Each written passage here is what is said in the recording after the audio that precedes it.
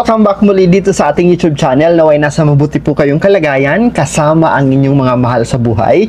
At para naman sa mga subscribers natin na nasa ibayong dagat, nasa abroad, isang malaking sakripisyo ang ginawa upang may mabagong kanilang buhay at buhay ng kanilang pamilya. Dasal ko po lagi ang inyong kaligtasan. And sa inyong lahat po, welcome po muli dito sa ating YouTube channel. Magsisimula na yung mga gabay natin para sa Ghost Month. And pag-uusapan natin ngayon yan, okay? Yung mga dapat at hindi dapat natin gagawin sa panahon ng Ghost Month para alam ninyo, you are guided, you know what to do, and you know what to avoid, and you know how to take care. But mas mainam ang may alam. We are all ahead when we know things. And being prepared is different from being innocent, and allowing yourself to be ready is you're always ahead of the game. You're always ahead of every planning that you're going to do. Okay? At bago tayo magpatuloy, gusto ko munang magpasalamat sa inyo dahil sa tulong po ninyo, tayo po ay umabot na ng 341,000 subscribers at patuloy pa rin po tayong lumalago. Para lumago tayo ng todo, huwag nyo nang kalimutan mag-like, mag-subscribe at i-click yung notification bell para lagi kayong mauuna sa mga kaabang-abang na vlogs at live na meron tayo sa dalawang YouTube channel natin. Franz Byron is our main YouTube channel and Franz Byron PH yung pangalawa nating YouTube channel. Ang mga dapat at hindi dapat natin na mga gagawin sa panahon ng Hungry Ghost Month. Ito ay gabay ng Feng Shui at ito ay ibinatay natin sa tradisyon na matagal na ginagawa ng ating mga ninunupa. Alright, i-take note muna natin ang mahahalagang petsa. Okay? Sir Franz, kailan po ba ang Hungry Ghost Month? Ang Hungry Ghost Month ngayong 2025 ay simula August 23. Ito ay magsisimula August 23. Today is, ano petsa natin ngayon? Ayan, tuloy. Pangalawang second day ng August. August 2 ngayon. So, ilang araw pa to as we prepare. Kaya inagahan natin. Okay? Kaya inagahan po natin. No surprise. Bakit ito yung topic natin? Because it's already August. At magsisimula ang Hungry Ghost Festival on August 23 ngayong taon na ito. At ito'y magtatagal hanggang September 21.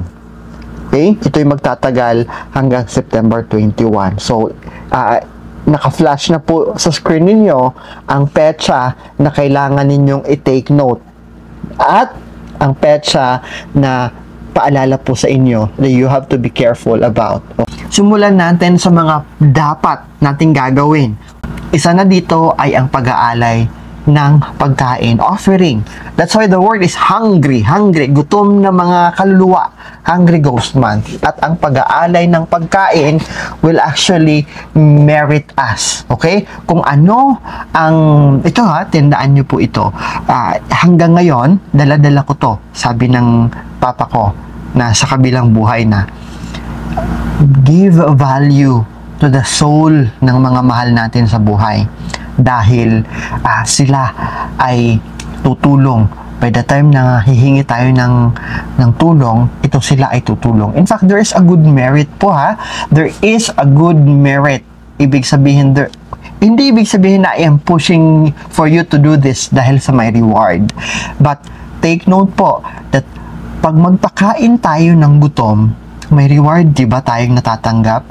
Accidentally. Kahit hindi natin hingin, kahit hindi natin purpose, talagang blessings will come in 100-folds, ika nga. So, paalala sa lahat, remember to offer food and prayer sa mga hungry ghost at mga ancestors natin. Pangalawa, we can actually burn a Josh paper or ghost money. Okay? Kami, ginagawa namin ito hindi lamang on Hungry Ghost. Nagbususunog kami ng Josh paper, yung ghost money.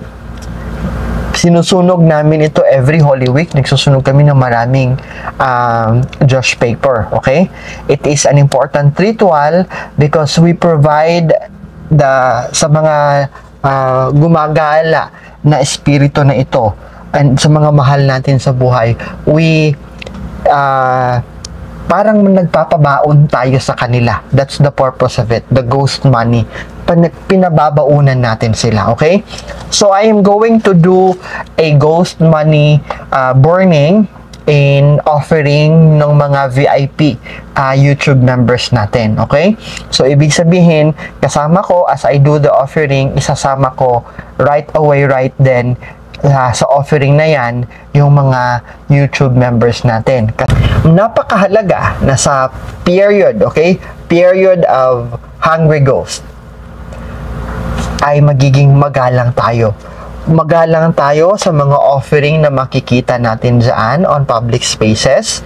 Paalalahanan yung mga bata, yung mga mahal natin sa buhay, na wag na wag pakikialaman, wag na wag aapakan, wag na wag dadamputin, wag na wag gagalawin ang makikita nilang offering sa kilid ng daan. Others, yung iba kasi po, hindi sila nagbibigay ng offering sa labas ng tahanan nila because it leads to question ng mga neighbor, ng mga kapitbahay, ng mga osyosero. So others, would do the offering sa labas ng temple, sa labas ng worship area, sa labas ng simbahan. They do the offering that way. This is very much okay. Yung iba naman talagang nagpupunta sa sementeryo at nag-o-offer sila doon mismo sa libingan ng kanilang mga kamag-anak. That's also very, very, very much okay.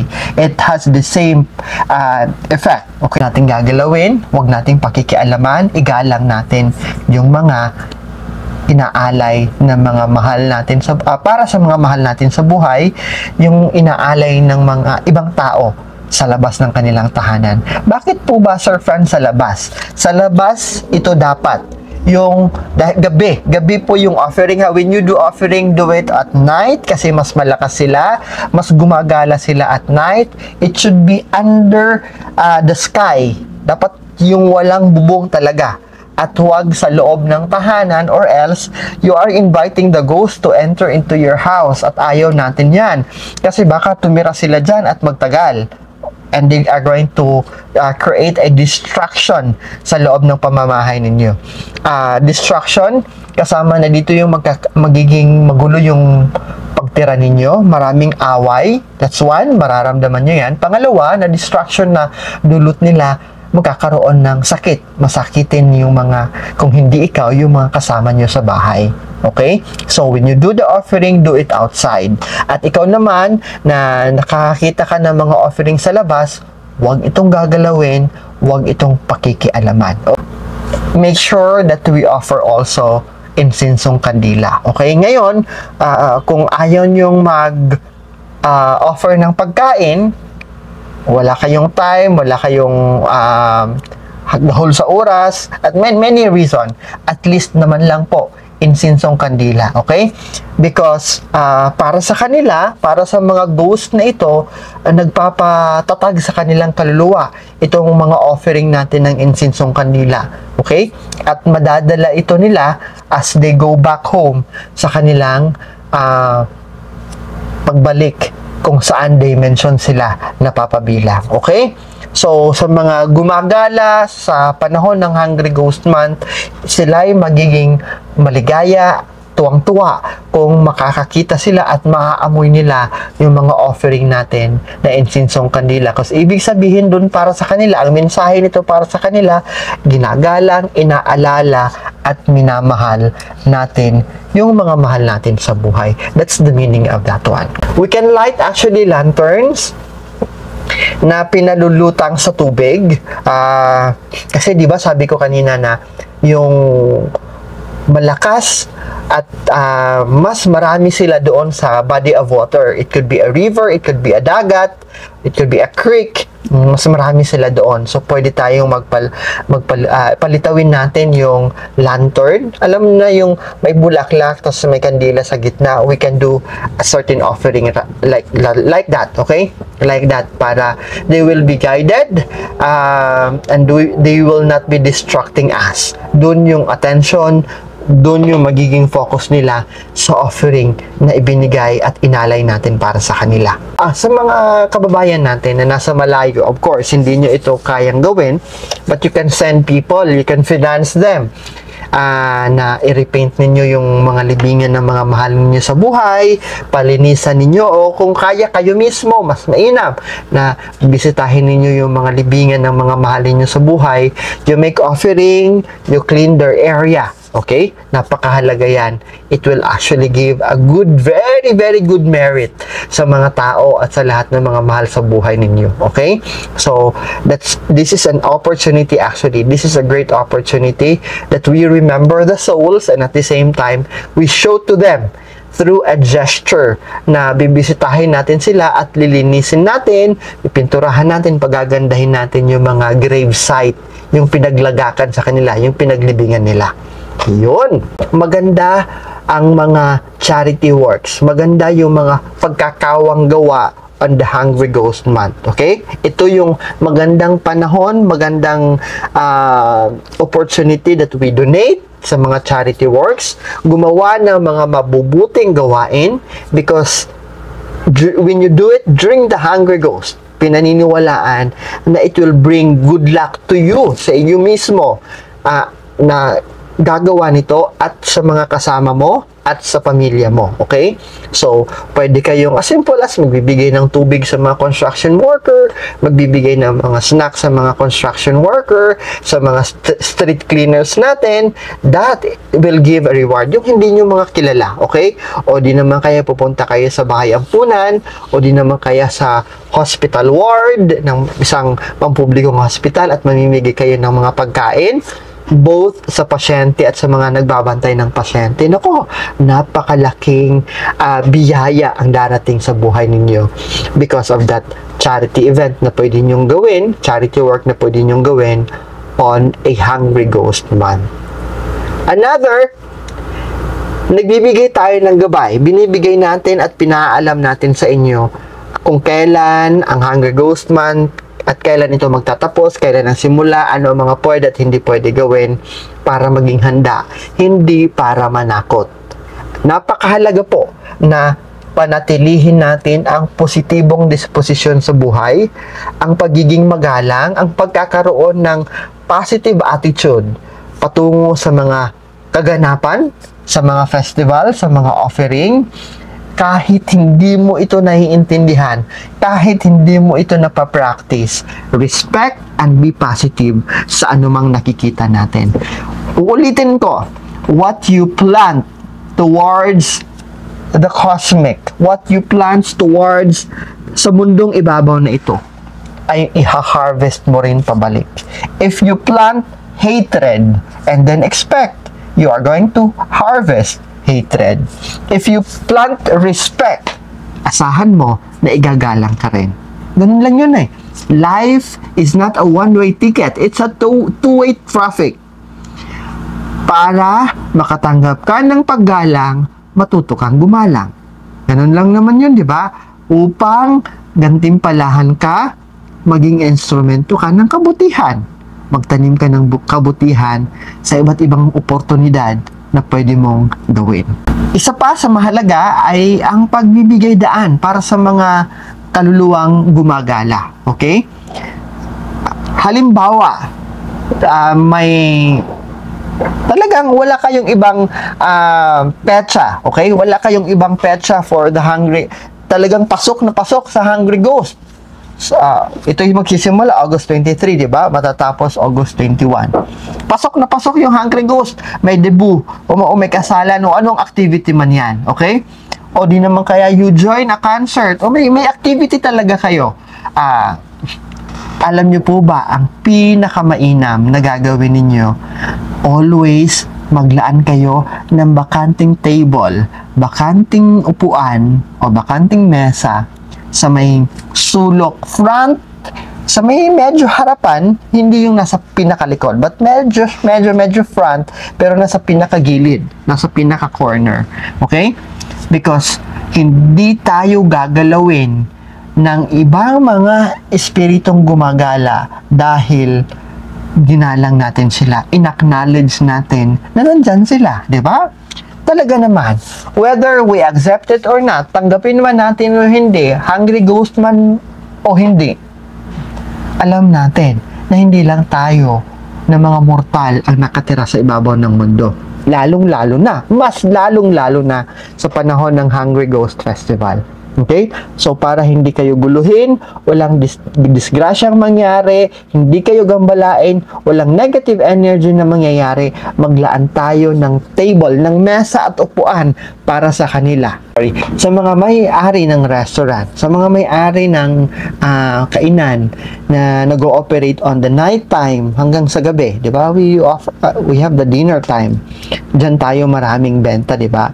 So, maglaan kayo ng table sa kilid lang. It could be a table for two. Hayaan mo lang na always empty yan. Always walang tao dyan. Okay? Because para hindi gambalahin at tuloy-tuloy yung pasok ng customer, hindi gagalawin yung mga customer at magiging maganda ang pasok ng income ninyo, even Hungry Ghost Month sa inyong restaurant, make sure that that area, there is a specific area that you are going to leave empty para dun sila. Okay? Kasi pagpasok nila sa restaurant mo, titingnan nila, maraming tao, so hindi sila makikihalubilo doon. They would search for their place, their rightful place. Bago ako magpatuloy sa mga kailangan nating ipagbawal, kailangan nating iwasan, kasi lahat ng diniscuss ko is mga dapat gagawin. Okay? Mga pwedeng gagawin. Okay? Bago ako magpatuloy, inaanyayahan ko po lahat ng mga guro nasa pribado, you might be in a private or a public school teacher, elementary, high school, senior high school, or college professor.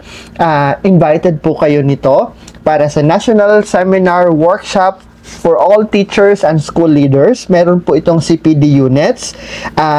This is in partner with PRC, Department of Education, PRC, the Commission on Higher Education. Sila po yung mga partner natin. And in partnership with Holy Name University in Tagbilaran City. Okay? CPD units po ang makakatulong para sa mga guro natin na nasa public school na if they wanted to be promoted. Okay? For promotion purposes, magagamit nyo po ito. For career advancement, magagamit nyo ito. Para sa magre-renew ng kanilang lisensya, itong seminar na ito ay makakatulong dahil may CPD points po ito. And if gusto nyong ma-improve pa yung teaching strategies ninyo or di naman kaya yung management skills ninyo bilang isang punong guro, principal, college dean, head teacher, yan, superintendent o supervisor, welcome po kayo dito. And of course, to remain competent sa inyong profesyon. For those na mga bagong nakapasa ng board exam, yung gustong magpa-rank, itong certificate na makukuha ninyo sa National Seminar Workshop for All Teacher ay magiging malaking tulong po. As your supporting documents, it will give an add points po sa inyo. Okay? So, ang on-site registration is on August 29. May mga tao tayo, may advanced committee party tayo na pupunta doon to take charge of the registration. Pero, bisitahin nyo po yung Facebook page po para maka-online registration po kayo. Meron pong online registration. Bakit? Ito'y limited lamang to 100 participants po, okay? The National Seminar Training for All Teachers and School Leaders, ito, 100 slots lang po ito. No more, no less. So, paunahan lang po. Sa August 30, ang actual seminar day. Sabado yan sa Holy Name University. But you can do early registration. Bisitahin nyo lang po yung Facebook page. Ipa-flash ko mamaya. Meron ding mangyayari sa September 13. Ito'y mangyayari sa Hagna in Bohol. And then there will also be a webinar.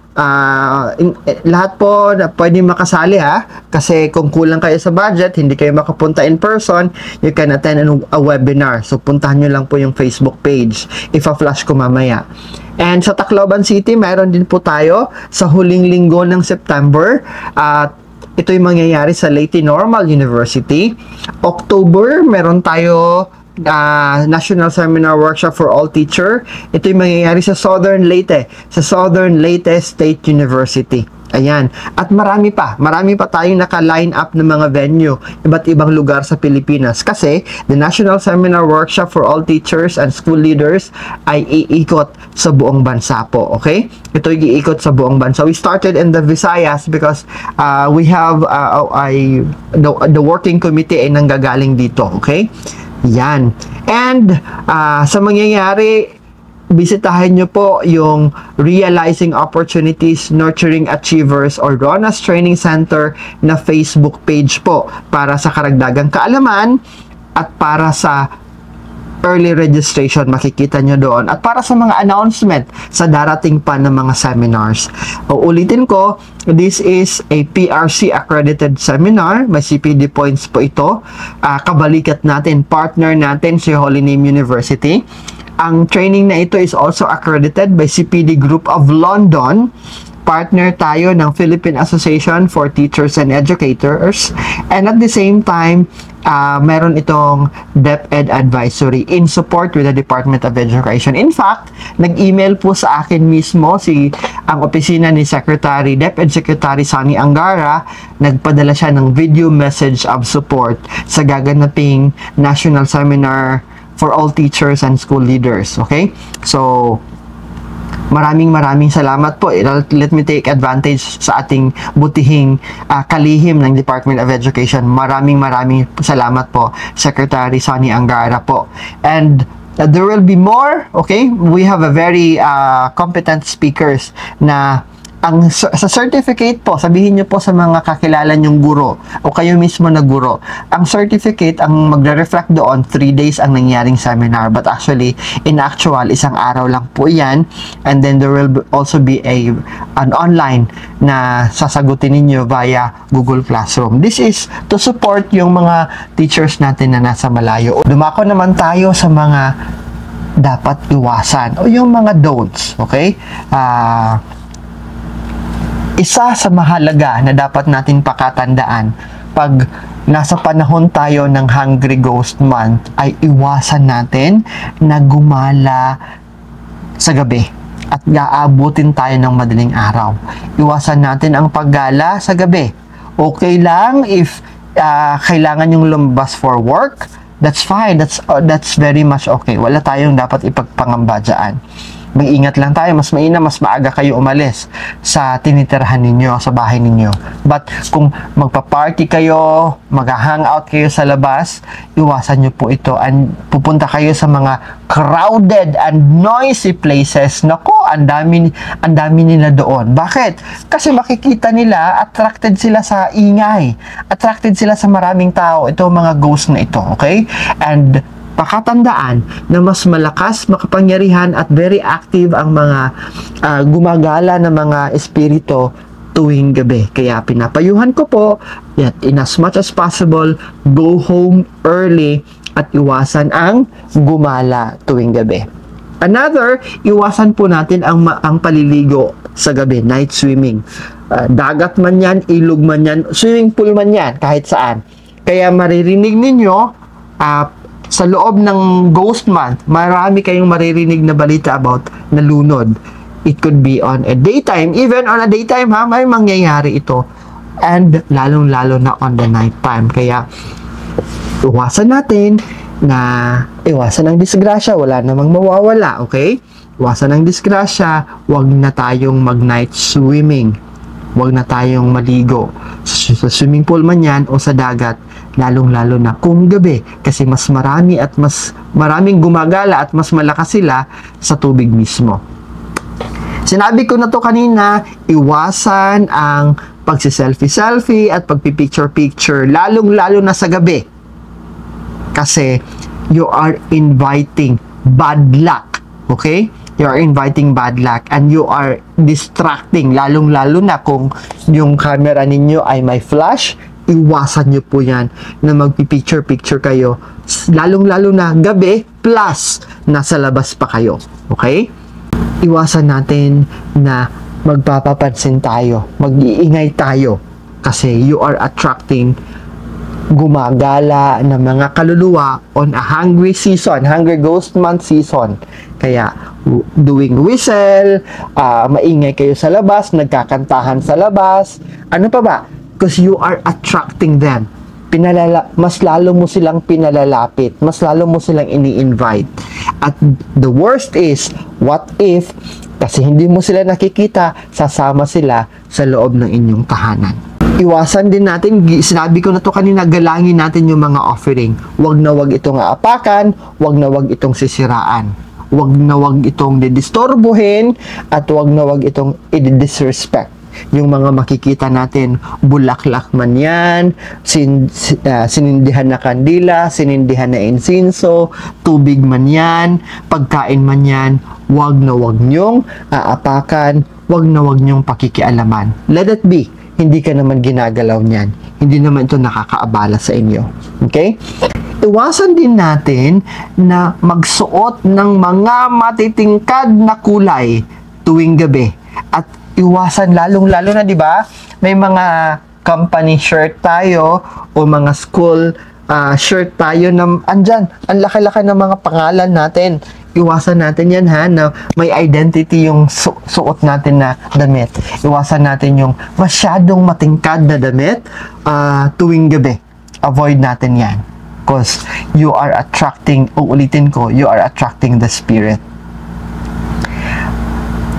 Isa rin to sa napakahalaga na pakatandaan natin, sabihan yung mga kasambahay natin, kasama sa bahay natin, o sabihan natin lahat ng mga kamag-anak at mahal natin sa buhay na kasama nating tumira sa isang bubong, na wag hahayaan na may mga nakasampay pa sa labas. Pag apak ng alas 5:30, dapat makuha na ito, natanggal na ito, okay? Clothes, mga damit na nakasampay pa sa labas, this attracts ghost. Okay? Hindi man sila nanakawin, hindi man sila mawawala.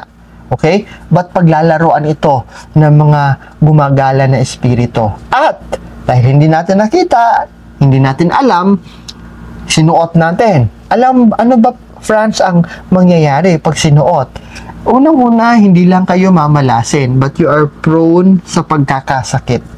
Okay? Prone kayo na magkasakit. Yung sinuot mo, yung damit na overnight na nasa labas.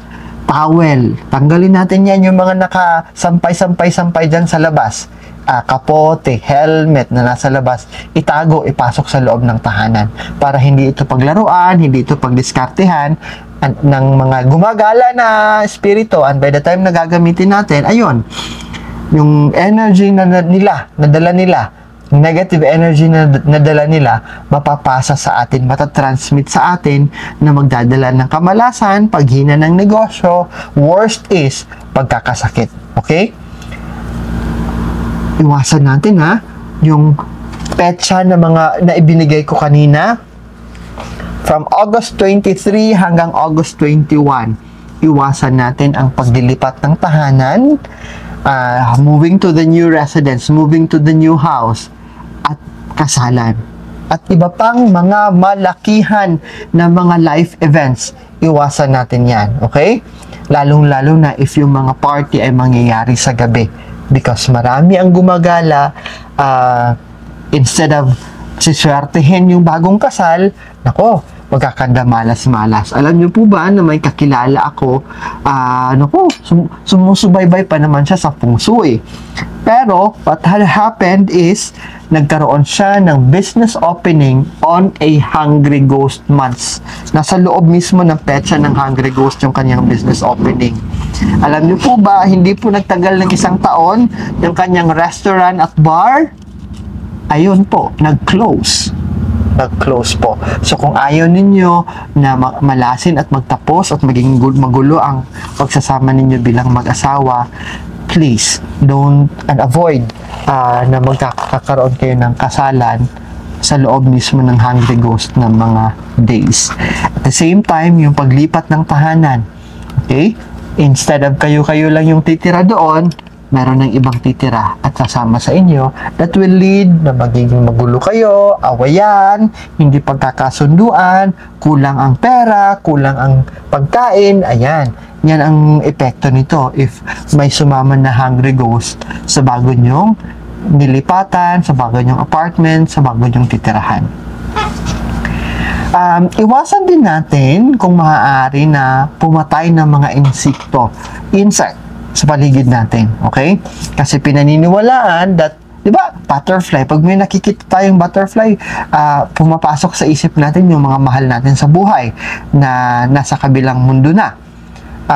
Kung nakakita naman tayo ng kung ano-ano. So, all types of insekto po, iwasan natin, napapatayin natin sila, lalong-lalo na on a Hungry Ghost Festival. Sa loob ng Hungry Ghost season, iwasan natin ang mga ganitong maliliit lang to ha. These are just maliliit lang na bagay, but it means so much and it creates so much of an impact sa sayo na pumatay ng alaga ng mga insekto at sa mga taong mga kasama mo sa bahay. Okay? Maapektuhan din sila, hindi lamang ikaw. So, hayaan nyo na yan. Hayaan nyo na yun yung dragonfly, hayaan nyo na yan yung kung ano-ano na lumilipad dyan. For as long as hindi naman kayo ginagalaw, intindihin nyo na lang. Iwasan din po natin na magdadampot tayo ng mga pera, barya, lalong-lalo na yung mga bata ha. Pagsabihan na yung mga bata, iwasan natin na dadampot tayo na nakikitang barya, may makikita tayong pera, iwasan natin yan. Hindi yan maganda na kasi hindi natin alam na ito ay alay sa mga hungry ghost. Even on sa mga kalsada natin, di ba? We have this culture na kung may nakakasalubong tayo, we are driving, you know? We are driving or we are walking, and then suddenly may nakasalubong tayo na libing, prosesyon ng libing ng patay. What do? Tinatapunan na natin ng barya. Okay? Kaya hindi advisable po yung nagdadampot tayo ng barya. Kasi kadalasan ng barya na nakikita natin sa daan ay hindi yan sinadya na nahulog. Alay yan doon sa patay. So it's the same thing din po. Yung mga nadadampot natin na barya o na Hungry Ghost season ay mga barya na alay para sa mga gumagala na espiritu. Okay? At kahit hindi Hungry Ghost, okay? Kahit hindi Hungry Ghost, wag na wag tayong magdadampot ng mga pera sa kalsada. Or else, instead of na matutuwa tayo dahil nakadampot tayo ng 20 pesos, ng 10 pesos, nako, hindi natin alam, mas mamalasin pa pala tayo. Sunod sa listahan natin na dapat nating iwasan ay iwasan natin yun. Kasama sa pag-iingay yung mga palakpakan o di naman kaya yung may tatapikin tayo sa shoulder. Iwasan natin yan, okay? These are a wake up and alert na mas mapapansin tayo ng mga gumagala na espiritu. Yung pagpapakpakan, palakpakan o di naman kaya yung pagtatapikan. So, avoid natin yan. Lalong-lalo na kung nasa labas tayo. Okay?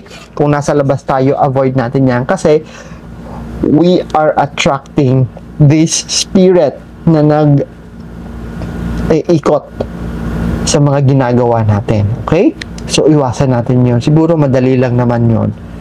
At, avoid also self-reflection. Alam nyo, nananalamin kayo on the night time. So, iwasan natin na haharap tayo sa mga glass panel ng building, ng mga window ng sasakyan na very tinted, na makikita natin yung sarili natin, o di naman kaya ng salamin on a night time, kasi you are also attracting a spirit. To avoid na ina-attract natin sila, huwag tayong, kung kinakailangan manalamin, go, manalamin, pero huwag na magbababad tayo sa salamin. Okay? Kasi mas posible mo sila makita actually on the mirror. At yun, madi-distract ka. Okay? At by the time na ma-distract ka, mapapansin ka nila at magiging lapitin ka na nila. Ikaw na yung gagambalain nila. Sino ba naman ang gustong may ginagambala tayo, di ba? And iwasan din natin sa panahon ng Hungry Ghost Month na mangyayari ang renovation. Renovation ng tindahan, renovation ng bahay, o ano pa yung pinare-renovate natin. Kaya pagplanuhan ito before, pwede kayong mag-execute bago ang Hungry Ghost, o pwede kayong magpa-renovate pagkatapos na ng Hungry Ghost.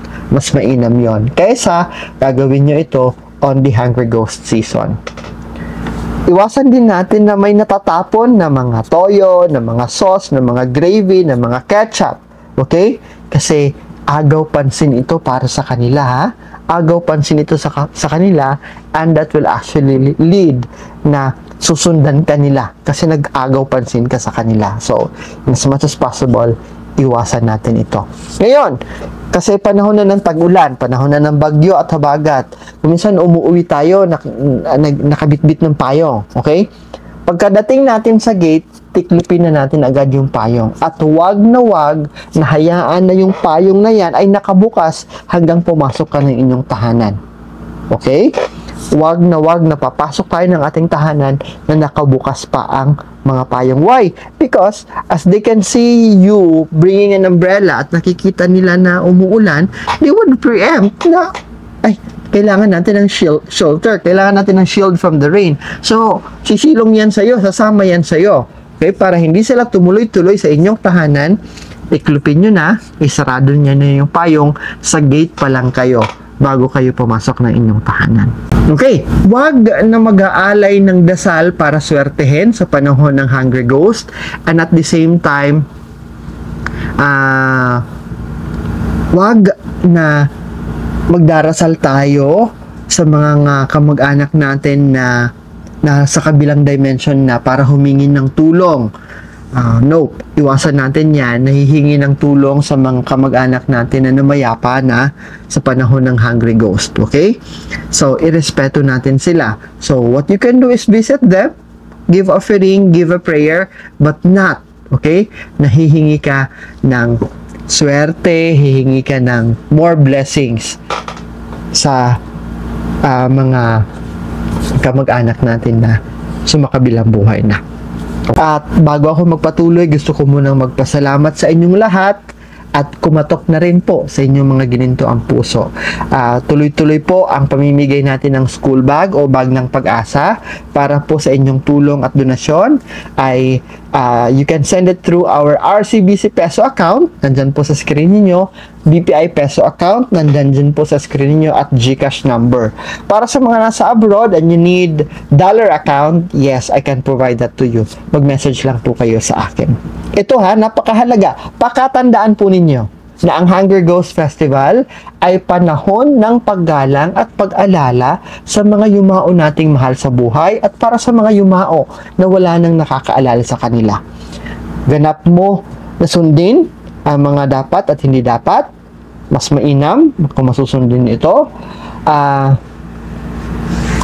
Pero still, nakadepende po ito sa paniniwala ninyo. Wala pong sapilitan dito.